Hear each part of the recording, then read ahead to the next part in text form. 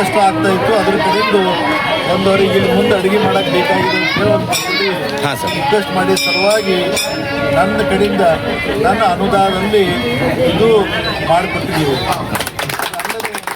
ಅಲ್ಲೊಂದು ಇದು ಬರ್ತಾ ಇದೆ ಶೆಡ್ಡು, ಅದನ್ನು ಸೇಮ್ 4 ಲಕ್ಷ ರೂಪಾಯಿ. ಅದನ್ನು 4 ಲಕ್ಷ ರೂಪಾಯಿ ಶೆಡ್ಡು ಇಲ್ಲಿ. ಯಾಕಂದ್ರೆ ಇಲ್ಲಿ ಯಾಕೆ ಕೊಡ್ತಾ ಇದ್ದೀನಿ ನಾನಂದ್ರೆ ಈ ಗುಡ್ಡದಲ್ಲಿದೆ ಇದು.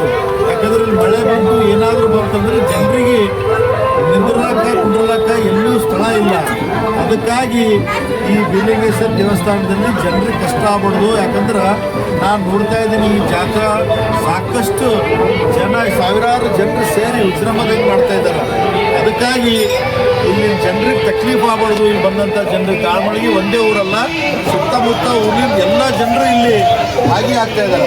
ಅದಕ್ಕೆ ಇಲ್ಲಿ ಬಂದಂಥ ಎಲ್ಲ ಜನರಿಗೆ ಇವತ್ತೇನು ಬೀರಲಿಂಗೇಶ್ವರ ಜಾತ್ರೆ ಬಂದು ನಾವೆಲ್ಲರೂ ಏನು ಬೇಡ್ಕೋತೀವಿ ತಮ್ಮೆಲ್ಲ ಮುಂದೆ ಬರೋಂಥ ಜನರಲ್ಲಿ ಇವರೆಲ್ಲ ಒಳ್ಳೇದು ಮಾಡಲಿ, ಚೆನ್ನಾಗಿ ಭಾಗಕ್ಕೆ ಮಳೆ ಬರಲಿ, ಎಲ್ಲ ಬೆಳೆ ಚೆಂದ ಬೆಳೀಲಿ ಅಂತೇಳಿ ಇಲ್ಲಿ ಸೇರಿದಂಥ ಎಲ್ಲ ಮುಖಂಡರು, ನನ್ನ ಜೊತೆ ಬಂದಂಥ ಮೊನ್ನೆ ಗೆದ್ದಿದಂಥ DCC ಬ್ಯಾಂಕ್ ಸದಸ್ಯರಾದ ಉಮೇಶ್ ಮಹಾರಾಜರು, ಹಳಿ ಅಧ್ಯಕ್ಷರಾದ ಶಾಮರಾವ್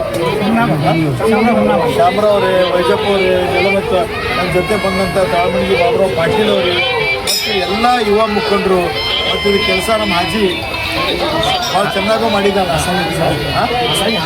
ಅಸಳಿ ಹಾಕಿ ಕೆಲಸನೂ ಭಾಳ ಚೆನ್ನಾಗಿ ಮಾಡಿದ್ದಾನೆ. ಅದಕ್ಕೆ ನಾನು ನಿಮಗೆಲ್ಲ ಇವತ್ತು ನನಗೆ ಇಲ್ಲಿ ಬಂದು ಸನ್ಮಾನ ಮಾಡಿ ಸಲುವಾಗಿ ತಮ್ಮೆಲ್ಲರಿಗೆ ಅಭಿನಂದನೆ ಸಲ್ಲಿಸ್ತೀನಿ. ಮುಂದೆ ಬರೋಂಥ ದಿನಗಳಲ್ಲಿ ನಮ್ಮದು ಏನೇ